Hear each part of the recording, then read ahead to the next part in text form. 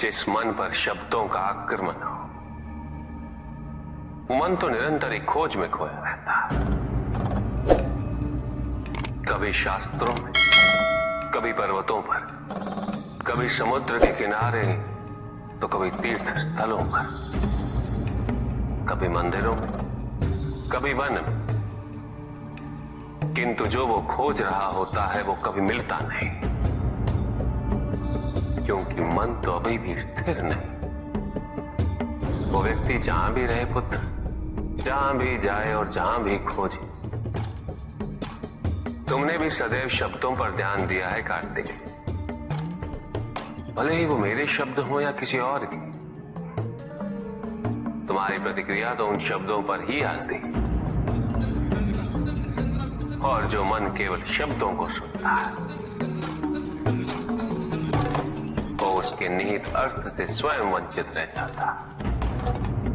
शब्दों की सत्यता को समझने के लिए, उनकी अनुभूति के लिए, मन में शांति के साथ साथ रिक्तता भी अनिवार्य है, शून्यता भी अनिवार्य है। मन में इतना स्थान होना चाहिए पुत्र कि वो शब्दों के परे पहुंचने की यात्रा कर सके। किंतु मन कभी शून्य नहीं रहता, रिक्त नहीं रहता।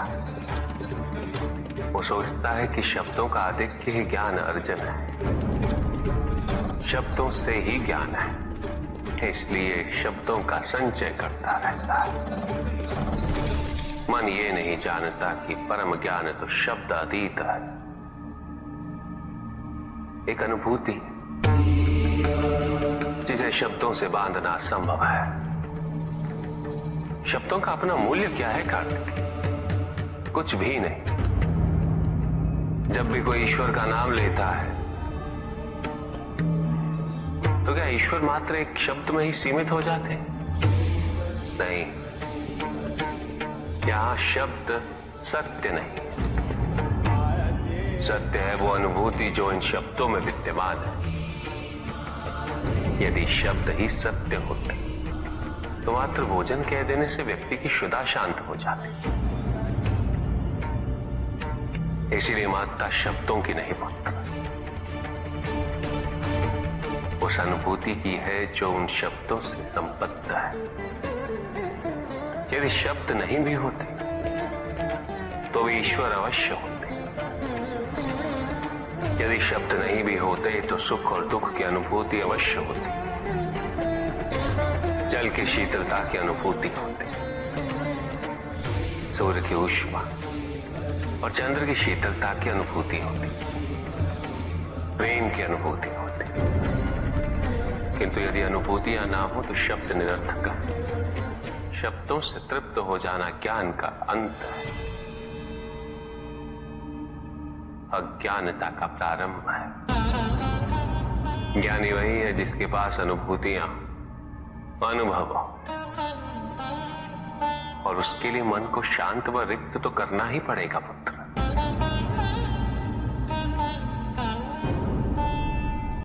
युद्ध किसी व्यक्ति से नहीं गणेश, मानसिकता से होता।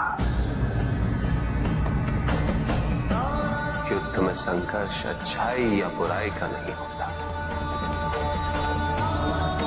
सभी में अच्छाई है और बुराई भी है पुत्र। युद्ध तो विचारधाराओं का होता है।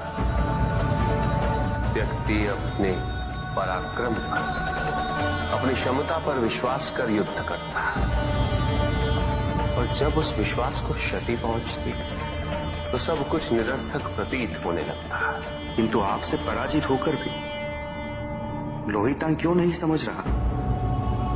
उसे अपनी स्वतंत्र इच्छा का उपयोग कर उचित मार्ग पर चलने का प्रयास करना चाहिए। व्यक्ति अपने को खो दे समझती है, व्यक्ति अपने को समर्पित कर दे, छोड़ दे अहंकार को, तो ब्रह्म की इच्छा ही पूर्ण होती है, और अभी भी वही फलित हो रही है। ऐसा नहीं है कि हम उससे भिन्न फलित करा लेंगे, लेकिन व्यक्ति भिन्न फलित कराने में लड़ेंगे, टूटेंगे, नष्ट हो। एक नदी में एक बार बाढ़ आ गई पुत्र। 2 छोटे से तृण उसमें बह रहे थे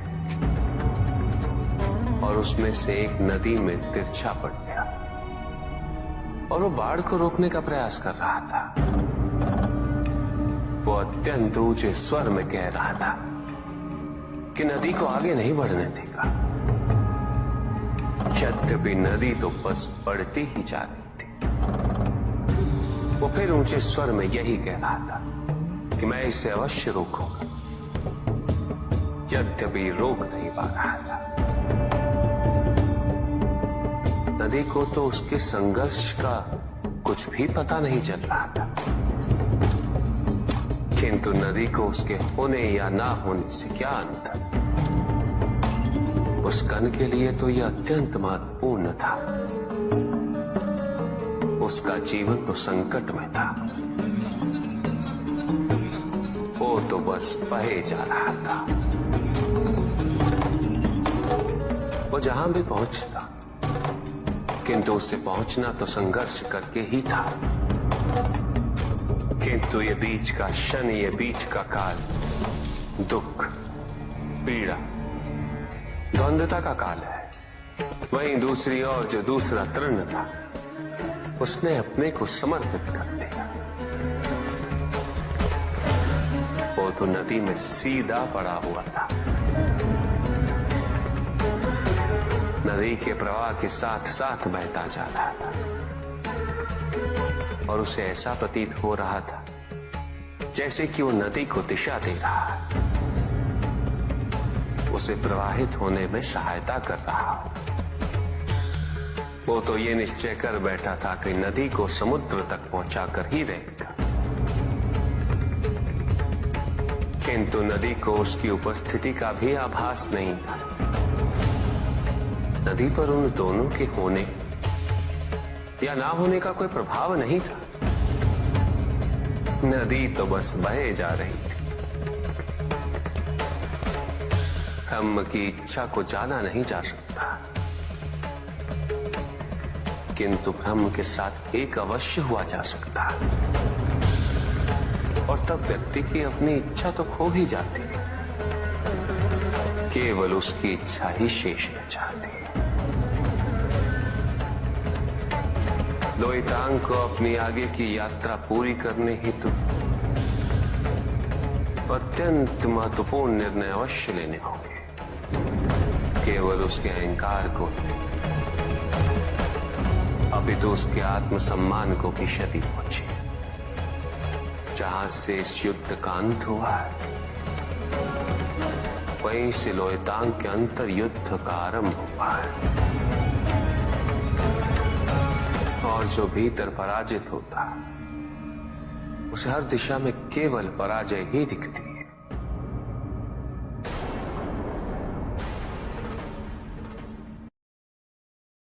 एक प्रश्न पूछ सकता हूं? अवश्य ऋषि कश्यप। जहां प्रश्न नहीं वहां जिज्ञासा नहीं, और जहां जिज्ञासा नहीं होती वहां ज्ञान की वृद्धि नहीं हो सकती। निसंकोच होकर पूछिए। प्रभु, आप तो कालोपरी हैं, सर्वज्ञ हैं, त्रिकालदर्शी हैं। चारों ओर ये जो अज्ञान का अंधकार फैल रहा है, उसमें ज्ञान का मूल अर्थ कहीं ना कहीं खोता जा रहा। मेरा आपसे विनम्र निवेदन है प्रभु, किसी अन्य विषय पर चर्चा आरंभ करने से पूर्व हमारे और इस समस्त संसार के कल्याण और मार्गदर्शन हेतु आप ज्ञान की मूल परिभाषा से एक बार हमें पुनः अवगत करवाएं। ज्ञान और अज्ञान की परिभाषा को स्पष्ट रूप से समझने के लिए ज्ञान और अज्ञान की विशेषताओं का स्मरण करना आवश्यक है।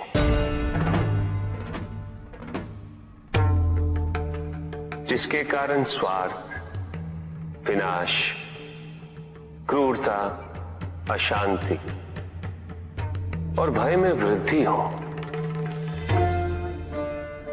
वो अज्ञान है। किंतु जो व्यक्ति को उदार, निर्भीक, सहनशील और विनम्र बनाए, वही ज्ञान है। अज्ञान की शक्तियां दुरुपयोग करने हेतु प्रेरित करती हैं, किंतु जो अपनी शक्तियों और अपने सामर्थ्य के प्रति अपने उत्तरदायित्व को समझाए, जो न केवल अपने अपितु अपने से पहले संसार के उद्धार हेतु प्रोत्साहित करे, वो ज्ञान है। ज्ञान का मूल उद्देश्य ही परोपकार है, सृजन है। दूसरों की भावनाओं को समझना, उनका आदर करना, यही ज्ञान है। क्योंकि ज्ञान हमें न केवल अपने अपितु दूसरों के दुख और सुख के प्रति भी संवेदनशील बनाता है। किंतु जो दूसरों की भावनाओं का अनादर करे, उसे ज्ञान की श्रेणी में कैसे रखा जा सकता है? अज्ञान के कारण व्यक्ति सांसारिकता में बंधता जाता है, मोह माया में उलझता जाता है। अज्ञान परम सत्य से दूर ले जाने का माध्यम है, किंतु ज्ञान व्यक्ति को परम सत्य की ओर ले जाता है। ज्ञान मुक्तिदायक है, मोक्ष का मार्ग है, और इस मुक्तिदायक ज्ञान का सर्वोच्च रूप है आत्मज्ञान, और यही ज्ञान की पूर्णता भी है।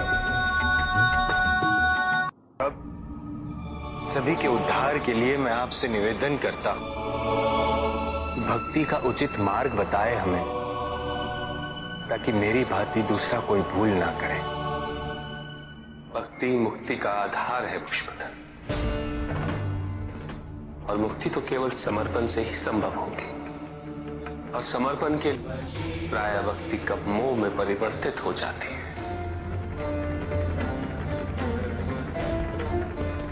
और ऐसे में पथ भ्रमित होना अनिवार्य है।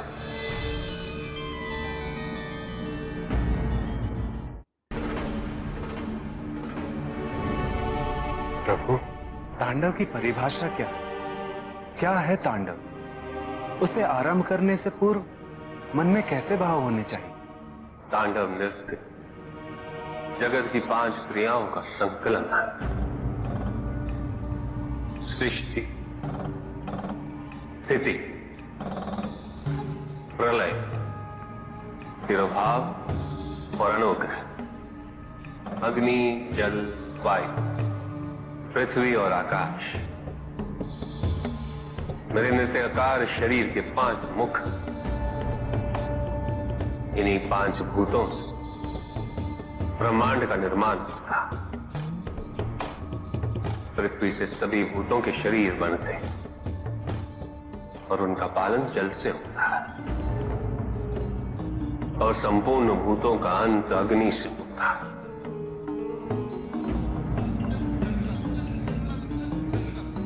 वायु तथा आकाश में तिरोभाव और अनुग्रह की शक्ति। इस प्रकार मेरे ये 5 महाभूत मुख मेरे नृत्य की 5 महाक्रियाओं का प्रतीक है। धन आवश्यक है ऋषियंत्र, क्योंकि धन मूल आवश्यकताओं को पूरा करने में सहायक होता है। किंतु जब कोई व्यक्ति इच्छाओं को आवश्यकता समझने लगे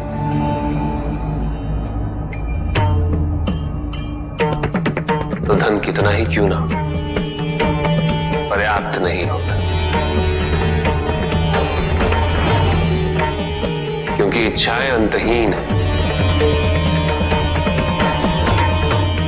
इसलिए मनुष्य कभी ना समाप्त होने वाली इच्छाओं की पूर्ति हेतु धन संचय को ही अपने जीवन का लक्ष्य समझ लेता है,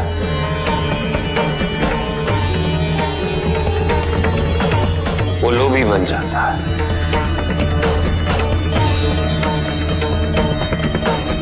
वो भूल जाता है कि उसके जीवन का मुख्य लक्ष्य ईश्वर के समीप आना है।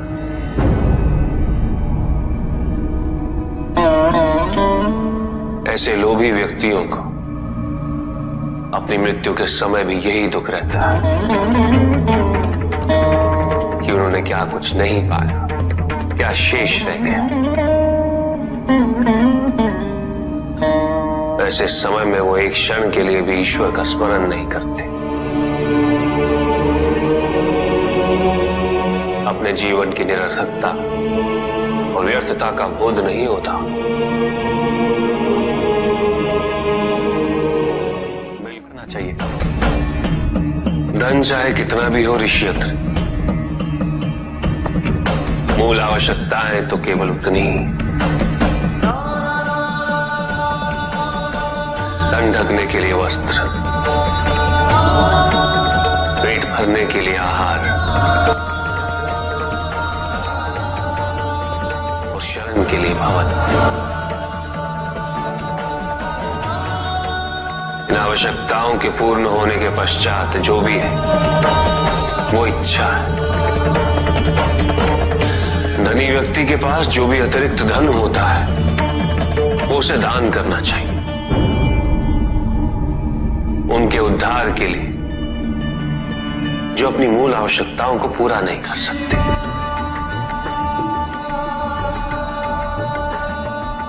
ऐसा करने से संसार में समानता होगी, द्वेष नहीं होगा, सद्भावना बनी रहेगी। किंतु कुछ व्यक्ति इस तथ्य को समझ ही नहीं पाते। उन्हें अपने एकत्रित किए हुए धन से इतना मोह हो जाता है कि वो उसका एक अंश भी किसी और को नहीं देना चाहते।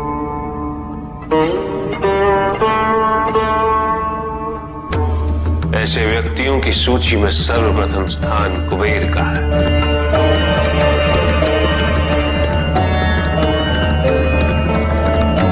इस संसार में सबसे अधिक धन उन्हीं के। शक्तिशाली बनना अत्यंत कठिन है, किंतु उससे भी कठिन होता है शक्तिशाली बने रहना। और इसके लिए आवश्यक है कि हम शक्तियों से प्राप्त हुए उत्तरदायित्व का सम्मान करें।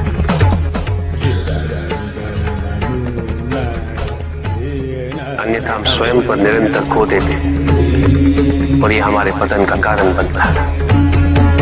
युद्ध में की गई भूल और उपलब्धियों से कुछ न कुछ सीखना आवश्यक है कार्तिक। बुराई और अच्छाई के मध्य ये युद्ध निरंतर चलता रहेगा। आज एक अध्याय समाप्त हुआ है, कल दूसरा अध्याय आरंभ होगा। जब तक इस समस्त संसार में बुराई है तो अच्छाई भी होगी, किंतु अच्छाई और बुराई के युद्ध में जीत सदैव अच्छाई की ही होगी। प्रभु, क्या संसार में केवल सुख का होना संभव नहीं है? प्रत्येक आत्मा का लक्ष्य केवल सुख की प्राप्ति ही तो है।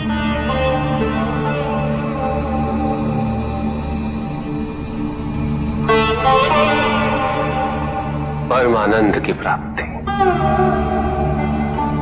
किंतु हम सुख नहीं, सुख को प्रदान करने वाली वस्तुओं को एकत्रित करना ही जीवन का उद्देश्य मान लेते हैं। ये समस्त संसार माया है, सब कुछ नश्वर है।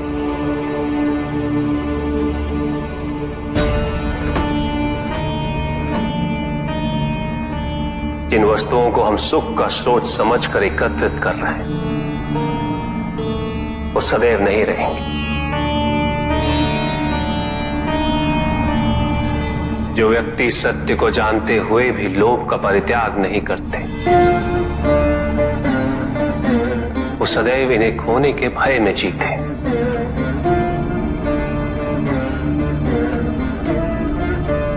और जो व्यक्ति सत्य को जानते ही नहीं, वो अहंकार में जीते।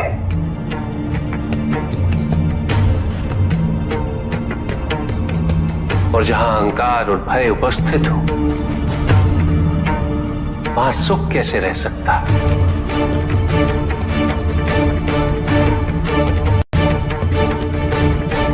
किसी को यह दुख है कि उसके पास कुछ भी नहीं, और जिसके पास सब कुछ, उसे यह दुख है कि पाने को कुछ शेष नहीं। सुख को हम स्वयं अपने दृष्टिकोण से परिभाषित कर देते हैं, जबकि वास्तविकता इससे भिन्न है।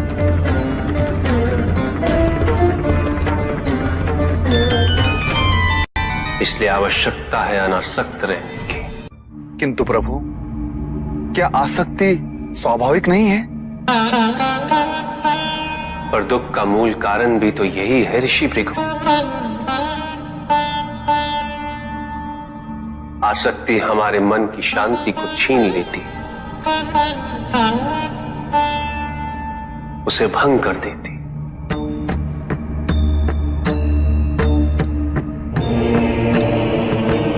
हमारी बुद्धि को स्थिर नहीं रहने देती, उसे चंचल बना देती।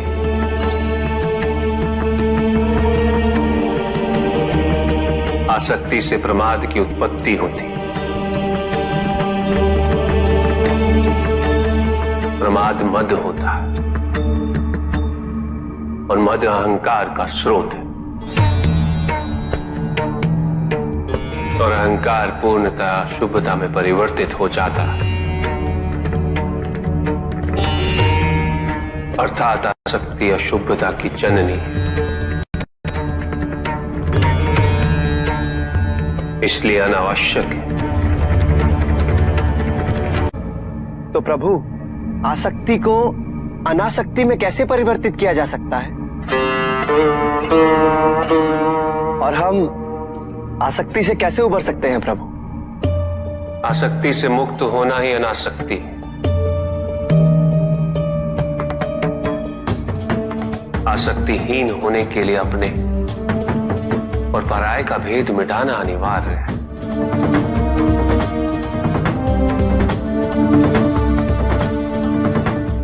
और यह तभी संभव होगा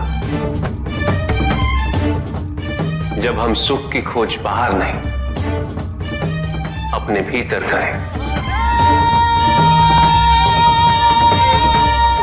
जब हम यथार्थ को पहचानें, उसे स्वीकार करें।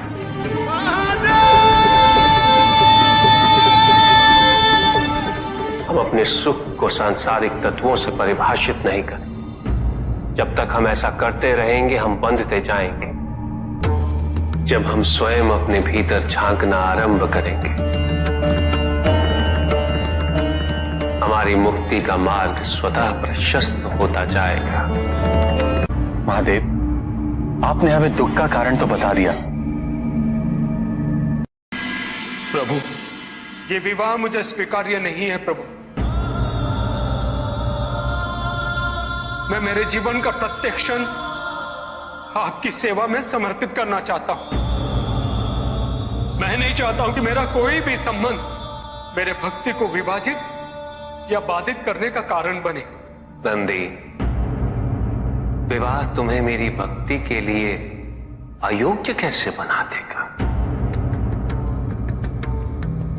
उसमें बाधा कैसे उत्पन्न कर देगा? माता, आपके और प्रभु के बीच में इतनी चुनौतीपूर्ण स्थितियां उत्पन्न हुई, फिर भी आप दोनों स्थिर रहे। किंतु मेरे लिए यह संभव नहीं है माता, क्योंकि मैं अपने दायित्व के मार्ग में कोई भी विकर्षण सहन ही नहीं कर सकता। नंदी, मेरे एक प्रश्न का उत्तर दोगे? पहले तो तुम केवल मेरे प्रति ही समर्पित थे, किंतु अब अब तुम मेरे साथ साथ पार्वती की भी आराधना करते हो।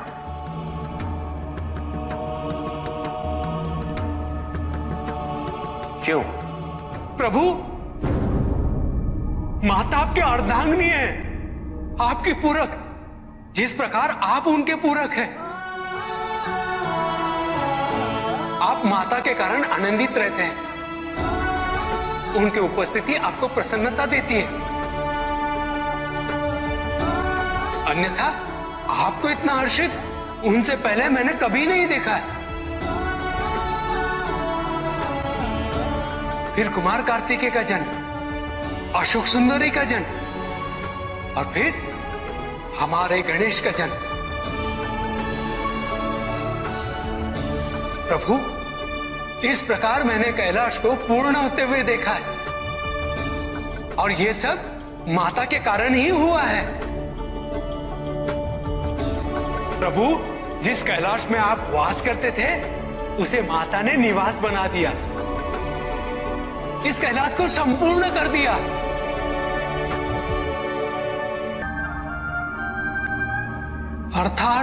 अर्थात व्यक्ति की पूर्णता हेतु विवाह आवश्यक है नंदी। जैसे स्वामी और हम एक दूसरे के पूरक हैं, उसी प्रकार तुम्हारी अर्धांगिनी और तुम एक दूसरे के पूरक बनोगे। विवाहित जीवन की अनुभूति, परिवार का सुख, उसके सुख और उसकी सुरक्षा के लिए संघर्ष, ये सभी अनुभूतियां व्यक्ति के विकास के लिए अनिवार्य है नंदी। किंतु प्रभु, मेरी स्वतंत्रता। स्वतंत्र तो वो नहीं है नंदी जो विवाह के विचार से भयभीत तो होते हैं या संकोच करते हैं, क्योंकि स्वतंत्रता तो वो है जो किसी भी विचार से प्रभावित ना हो, किसी भी सुख, किसी भी दुख से प्रभावित ना हो। और जो व्यक्ति इतना तटस्थ हो, जागरूक हो, उसकी स्वतंत्रता को तो विवाह से भी प्रभावित नहीं होना चाहिए।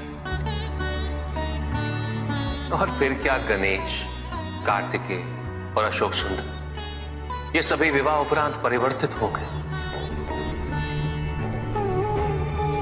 क्या उनका विवाहित होना उनकी भक्ति और उनके समर्पण में बाधा बन गया नंदी? उनकी स्वतंत्रता में बाधा बन गया? क्या अपने माता पिता के प्रति उनका प्रेम और उनका सेवा भाव घट गया नंदी? फिर मेरे एक और पुत्र को ये चिंता क्यों?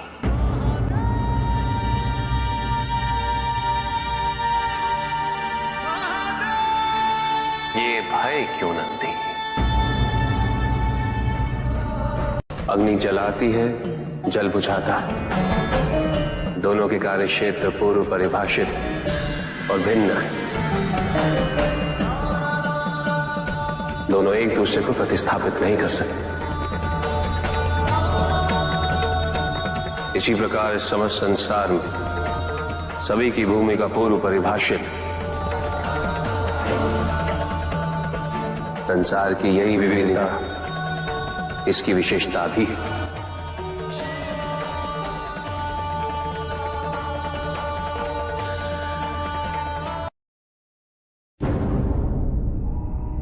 सृष्टि के निर्माण उपरांत एक बार नारायण ने तप के लिए महादेव से उत्तम स्थान के निर्देश की याचना की। महादेव ने अपनी प्रेरणा से समस्त तेज संपन्न अत्यंत शोभायमान पंचकोशी नगरी का निर्माण किया।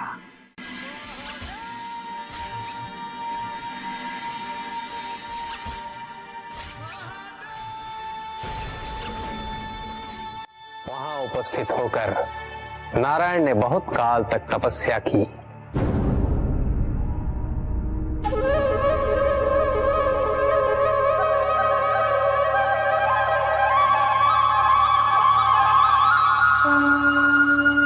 नारायण की तपस्या के अनंतर ही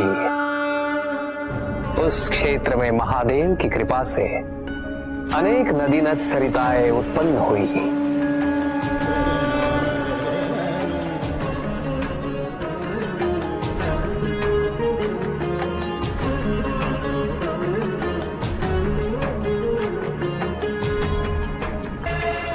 इस सब को देखकर आनंदमयी हो उठे नारायण ने जैसे ही अपना शीश हिलाया, उनके कान की मणि गिर पड़ी।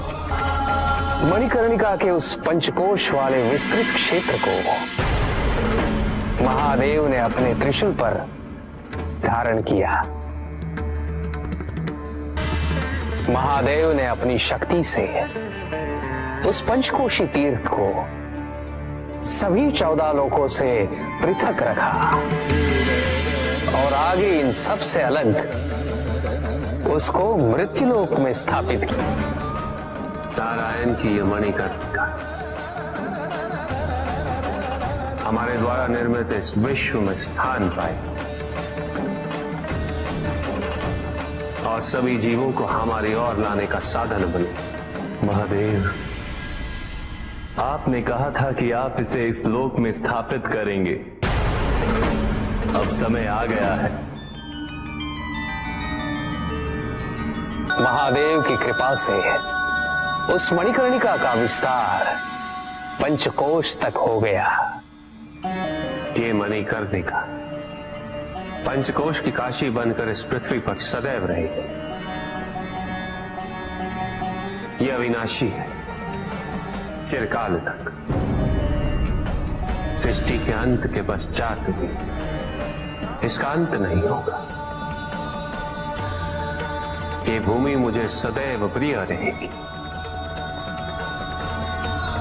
यहां तप करके स्वयं नारायण तीनों लोकों को प्रकाशित किया,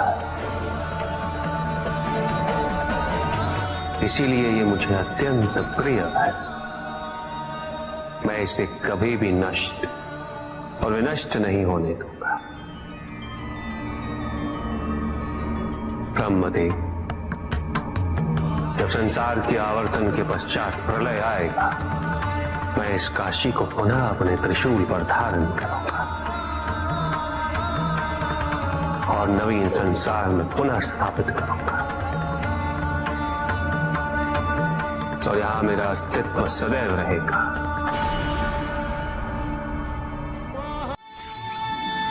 महादेव ने उस क्षेत्र से अपने आत्मिक योग को ध्यान में रखते हुए अपने ज्योतिर्लिंग को वहां स्थापित किया, जो इस क्षेत्र से कदापि पृथक नहीं हो सकता। विश्व की स्थापना तो हुई, किंतु इस ज्योतिर्लिंग को आपने उस स्थान पर स्थापित किया है जिसकी ऊर्जाएं विश्व से परे। इस ज्योतिर्लिंग को विश्वेश्वर ज्योतिर्लिंग के नाम से जाना जाएगा।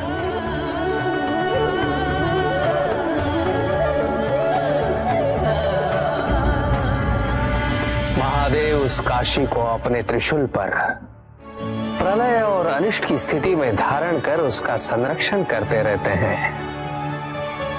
इसीलिए ये क्षेत्र सभी लोगों से न्यारा है। नारायण की मणि गिरते ही उस स्थान का नाम मणिकर्णिका तीर्थ पड़ गया।